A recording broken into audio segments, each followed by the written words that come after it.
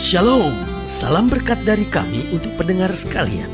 Saat ini pendengar akan diberkati dengan program Hari Ini Harinya Tuhan bagian yang ke-8. Sebuah program rohani tentang doktrin Alkitab yang menolong kita untuk semakin tertanam dalam kebenaran firman dan bertumbuh dalam kemuliaan. Bersama hambanya, Pendeta Gilbert Lumwendong, STH. Banyak orang merasa doktrin Alkitab sebagai sesuatu yang membingungkan. Tetapi tahukah saudara bahwa doktrin Alkitab intinya adalah memahami Alkitab dengan benar, dengan pemahaman yang sistematis, sehingga kita terus dapat tertanam di dalam kebenaran firman, sehingga kita terus bertumbuh di dalam kemuliaan Allah. Buka hati saudara sekalian untuk menerima berkat-berkat firman-Nya hari ini. Allah kita bukan hanya sekedar Bapa yang baik, namun ia juga adalah Raja yang kekal. Nah, apa maknanya Raja yang kekal? Berarti yang pertama saya pelajari, karena dia Raja yang kekal, dia berkuasa atas segala sesuatunya. Nah, ini penting untuk kita menyadari, kalau dia berkuasa atas segala sesuatunya, artinya apapun yang dia kehendaki pasti jadi. Apapun yang dia tidak kehendaki tidak mungkin terjadi. Oh, orang boleh dengan kekuatannya, orang boleh dengan lobby politiknya, orang boleh dengan uangnya, orang boleh dengan pangkat kedudukannya, dengan segala koneksinya, mau coba berbuat apapun. Tetapi dalam hidup saya punya prinsip sederhana. Kalau Tuhan kehendaki pasti jadi. Kalau Tuhan tidak kehendaki tidak akan pernah terjadi. Manusia boleh mereka-rekakan segala sesuatunya, tetapi tetap keputusan ada di tangan Tuhan. Karena dia Raja yang kekal, dia berkuasa atas segala sesuatunya. Karena itu jangan panik, jangan khawatir, jangan terpengaruh situasi. Belajar terus pandang Tuhan, karena dia tetap Raja yang kekal. Orang boleh bilang, wah, kekristenan kan minoritas. Biarkan saja orang menertawakan, orang bilang apapun, tetapi tetap Bapa kita penguasa atas segala-galanya. Yang kedua saya pelajari, sebagai Raja yang kekal, dia yang mengatur segala sesuatunya. Karena itu dia bisa memberi jaminan buat kita, satu utas rambut kita pun tidak akan jatuh ke tanah tanpa seizinnya. Itu sebabnya dia bisa memberi ketentuan yang jelas bahwa pencobaan yang kita alami tidak akan pernah melebihi kemampuan kita. Karena kalau kita mengerti semuanya itu, maka kita akan menjadi orang-orang yang berserah. Kita akan menjadi orang-orang yang tetap mengandalkan Tuhan. Kita menjadi orang yang tidak pernah kecewa untuk peristiwa apapun. Karena kita tahu dia mengatur segala sesuatunya. Dan kalau dia atur, pasti untuk kebaikan kita. Haleluya. Dan yang ketiga saya pelajari, karena dia Raja yang kekal, maka dia juga bertanggung jawab atas hidup kita. Kita tidak akan pernah dipermalukannya, kita tidak pernah akan dikecewakannya, kita tidak akan pernah ditinggalkannya. Dia bertanggung jawab atas hidup kita. Karena itu firman Tuhan sangat tegas, singa muda boleh merana kelaparan, tetapi orang yang berharap kepada Tuhan tidak akan pernah kekurangan sesuatu yang baik. Alkitab berkata, kalau burung di udara saja Bapa pelihara, apatah lagi kamu, hai kamu orang yang percaya. Berarti kita tahu bahwa sebagai Raja yang kekal, maka dia bertanggung jawab penuh atas seluruh kehidupan kita. Dan yang keempat saya pelajari, sebagai Raja yang kekal, yang perlu kita mengerti juga yang keempat, bahwa dia telah menjanjikan hal-hal yang baik buat kita. Dan saudaraku yang kekasih dalam Tuhan, karena dia Raja yang kekal telah berjanji, maka dia tidak pernah mungkin meleset. Dia tidak mungkin pernah mempermalukan kita. Dia tidak pernah mungkin untuk tidak melakukan janji-janjinya. Dia berjanji dan dia pasti menggenapinya. Haleluya. Selamat datang dalam program kita Hari Ini Harinya Tuhan, sebuah program rohani yang kembali mengingatkan kepada kita betapa pentingnya kita menjadikan firman Tuhan sebagai dasar keseharian hidup kita. Karena selama kita jadikan firman Tuhan sebagai dasar keseharian hidup kita, langkah-langkah ke depan kita penuh dengan kepastian, kemenangan, berkat, mujizat, dan perkara-perkara besar. Haleluya. Dan di dalam program ini kita sedang membahas Tuhan itu Raja. Karena memang Allah yang kita sembah adalah Raja yang kekal. Dia penguasa atas segala sesuatunya. Haleluya. Nah, saudara yang kasih dalam Tuhan, dalam program ini, dalam pembahasan kita tentang Tuhan itu Raja, kita mau sama-sama belajar dari 1 Tawarikh pasal 16. 1 Tawarikh pasal 16, kita mau sama-sama pelajari mulai dari ayatnya yang ke-23. 1 Tawarikh pasal 16 ayat 23. Terus kita akan kupas sampai ayatnya yang ke-28. 1 Tawarikh pasal 16 ayat 23 sampai 28. Demikianlah firman Tuhan. Bernyanyilah bagi Tuhan, hai segenap bumi. Kabarkanlah keselamatan yang daripadanya dari hari ke hari. Ceritakanlah kemuliaannya di antara bangsa-bangsa dan perbuatan-perbuatan yang ajaib di antara segala suku bangsa. Sebab besar Tuhan dan terpuji sangat, dan lebih dahsyat ia daripada segala Allah. Sebab segala Allah bangsa-bangsa adalah berhala, tetapi Tuhanlah yang menjadikan langit. Keagungan dan semarak ada di hadapannya, kekuatan dan sukacita ada di tempatnya. Kepada Tuhan, hai suku-suku bangsa, kepada Tuhan sajalah kemuliaan dan kekuatan. Berilah kepada Tuhan kemuliaan namanya. Bawalah persembahan dan masuklah menghadap Dia. Sujudlah menyembah kepada Tuhan dengan berhiaskan kekudusan. Gemetarlah di hadapannya, hai segenap bumi. Sungguh tegak dunia tidak bergoyang. Biarlah langit bersukacita dan bumi bersorak-sorak.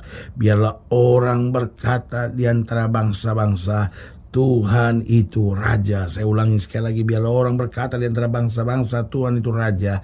Biarlah gemuruh laut serta isinya, biarlah beria-ria padang dan segala yang di atasnya. Maka pohon-pohon di hutan bersorak-sorai di hadapan Tuhan, sebab Ia datang untuk menghakimi bumi. Bersyukurlah kepada Tuhan, sebab Ia baik, bahwasanya untuk selama-lamanya kasih setianya. Dan katakanlah, selamatkanlah kami ya Tuhan Allah penyelamat kami, dan kumpulkanlah dan lepaskanlah kami dari antara bangsa-bangsa, supaya kami bersyukur kepada nama-Mu yang kudus dan bermegah dalam puji-pujian kepadamu. Terpujilah Tuhan Allah Israel dari selama-lamanya sampai selama-lamanya. Maka seluruh umat mengatakan amin, pujilah Tuhan. Saudaraku yang kekasih dalam Tuhan, jelas ayat ini berkata Tuhan itu Raja. Nah, karena Dia Raja dan Raja yang kekal, maka saudaraku yang pertama, kita harus bertobat dan mengakui kedahsyatannya. Itu sebabnya Alkitab berkata, marilah kita sujud menyembahnya, menghadap Dia. Artinya apa? Kita harus bertobat, mengakui kedahsyatannya, bahwa Dia dahsyat, Dia lebih besar dari segalanya, Dia mampu mengerjakan apa saja. Dan saudaraku yang kasih dalam Tuhan, kalau kita menyadari Dia Raja yang kekal, lalu kita masih mau hidup dalam dosa, kita masih mau hidup dalam kesenangan kita sendiri, bagi saya itu tindakan yang sangat bodoh. Tetapi kalau kita tahu Dia Raja yang kekal, Dia mengatur segala sesuatunya, maka kita harus bertobat dan mengakui segala kedahsyatannya. Apa artinya bertobat? Berarti berbalik dari jalan-jalan kita yang salah. Apa itu jalan-jalan yang salah? Sederhana, kita tadinya berjalan menjauhi Tuhan. Dan apa itu bertobat? Kita berbalik arah. Kita berjalan sekarang mendekat kepada Tuhan, menjadikan Tuhan segalanya, karena kita akui segala kedahsyatan dan kemuliaannya. Haleluya. Yang kedua saya pelajari, karena Dia Raja yang kekal, kita harus percaya dan berserah kepadanya. Betapa bodohnya kita selama ini. Dia adalah Raja yang kekal, tetapi kita tetap masih panik, kita tetap masih khawatir, kita masih tetap bimbang dan ragu-ragu dalam melangkah. Saudaraku yang kasih dalam Tuhan, kalau kita tahu Dia Raja yang kekal, mari kita bersandar kepadanya, percaya dan berserah penuh kepadanya, karena kita tahu Dia adalah Allah yang dapat diandalkan. Dia Allah yang dapat dipercayai. Uang tidak bisa diandalkan, harta tidak bisa diandalkan, koneksi tidak bisa diandalkan, tetapi Tuhan dapat diandalkan dan dapat dipercaya dalam segala keadaan dan situasi. Haleluya. Dan yang ketiga saya pelajari, karena Dia Raja yang kekal, sudah saatnya kita belajar untuk taat. Hidup Kristen bukan rumit-rumit. Hidup Kristen pokoknya sederhana sekali. Apa yang Tuhan sudah firmankan, kita taati, kita jalankan, kita praktekkan. Karena Alkitab berkata, orang yang mendengar firman dan melakukannya, dia sama dengan orang-orang yang bijaksana, yang membangun rumahnya di atas dasar batu karang. Artinya apa? Kalau kita taat pada firman Tuhan, kita membangun hidup kita di atas batu karang. Haleluya. Dan yang keempat saya pelajari, karena dia raja yang kekal, kita harus mengandalkan dia saja. Saudaraku yang kekasih dalam Tuhan, ada banyak orang rasanya kok seperti kayak susah begitu mengandalkan Tuhan. Padahal Alkitab sudah ajarkan kita, terkutuklah mereka yang mengandalkan manusia. Ingat loh, Tuhan tidak bilang salah orang yang mengandalkan manusia. Tuhan tidak bilang berdosa orang yang mengandalkan manusia. Tuhan tegas, jelas, lugas berkata dengan sangat gamblang sekali bahwa terkutuklah orang yang mengandalkan manusia. Masa kita masih mau mengandalkan manusia? Padahal kita juga tahu makin kita bersandar pada manusia, makin runyam segala sesuatunya. Makin kita bersandar pada manusia, makin kita seringkali dikecewakan. Tetapi sebaliknya, makin kita mengandalkan Tuhan, makin kita melihat segala anugerahnya, segala berkatnya, segala rahmatnya dinyatakan buat kita. Saudaraku yang kasih dalam Tuhan, mungkin saudara sedang bingung karena suami sudah nggak pulang. Mungkin saudara sedang bingung karena pekerjaan sudah goncang. Mungkin kau sedang bingung karena saudara nggak punya pegangan dalam hidup saudara. Sebagai hamba Allah, saya mau ingatkan, Allah kita akan raja yang kekal. Dia akan penguasa atas segala-galanya. Kenapa engkau nggak tidak bersujud, berserah penuh, percaya, andalkan Tuhan, taat pada firman-Nya, tinggalkan segala jalan yang salah dalam hidupmu. Engkau bangkit kembali di dalam Tuhan, dan engkau kagum melihat apa yang Tuhan bisa kerjakan dalam hidupmu. Haleluya. Saudaraku yang kekasih dalam Tuhan, jika saudara yang dilayani lebih jauh, hubungi kami melalui telepon, hubungi kami melalui surat, kunjungi website kami, karena kami ada untuk membawa Bapak Ibu sudah senantiasa lebih dekat pada Tuhan dan mengalami kasih kuasa mujizat yang luar biasa. Haleluya. Secara khusus melalui program ini juga saya mau berdoa buat siap saudara yang sakit, siap saudara yang berbeban berat, karena saya percaya bahwa bagi Allah tidak ada perkara yang mustahil. Nah, saudara-saudara yang didoakan secara khusus, boleh taruh tangan kanan saudara di dada dan kita akan berdoa. Mari kita berdoa. Bapa, dalam nama Yesus, hamba doa buat yang sakit, hamba doa buat yang berbeban berat, hamba doa untuk setiap mereka yang sedang menghadapi masa-masa yang sukar, karena hamba percaya bahwa bagi Allah tidak ada perkara yang mustahil.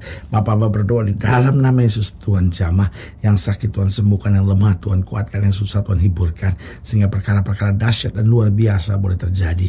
Bahkan secara khusus mereka yang taruh tangan kanannya di dada, karena mungkin selama ini kami beriman tapi bimbang, kami beriman tetapi goyah. Kami percaya hari ini bahwa Engkau Tuhan bukan hanya sekedar Bapa yang baik, tapi juga Raja yang kekal, penguasa atas segala-galanya. Itu sebabnya hamba berdoa di dalam nama Yesus Tuhan jamah, sehingga kami dituntun dalam kehidupan yang berkenan kepada Tuhan. Di dalam nama Yesus kami berdoa. Haleluya. Amin. Saudara yang kasih dalam Tuhan, kita sudah berdoa. Ingat, Allah tidak pernah lalai menepati janjinya. Ialah saatnya buat kita tuh bangkit, bersemangat, bersuka cita dalam menghadapi segala perkara. Karena kita tahu Yesus hidup, Yesus berkuasa, dan tidak pernah Dia mengecewakan kita. Doa saya menyertai saudara. Sampai berjumpa pada program berikut, dan jangan lupa jadikan hari ini harinya Tuhan. Haleluya.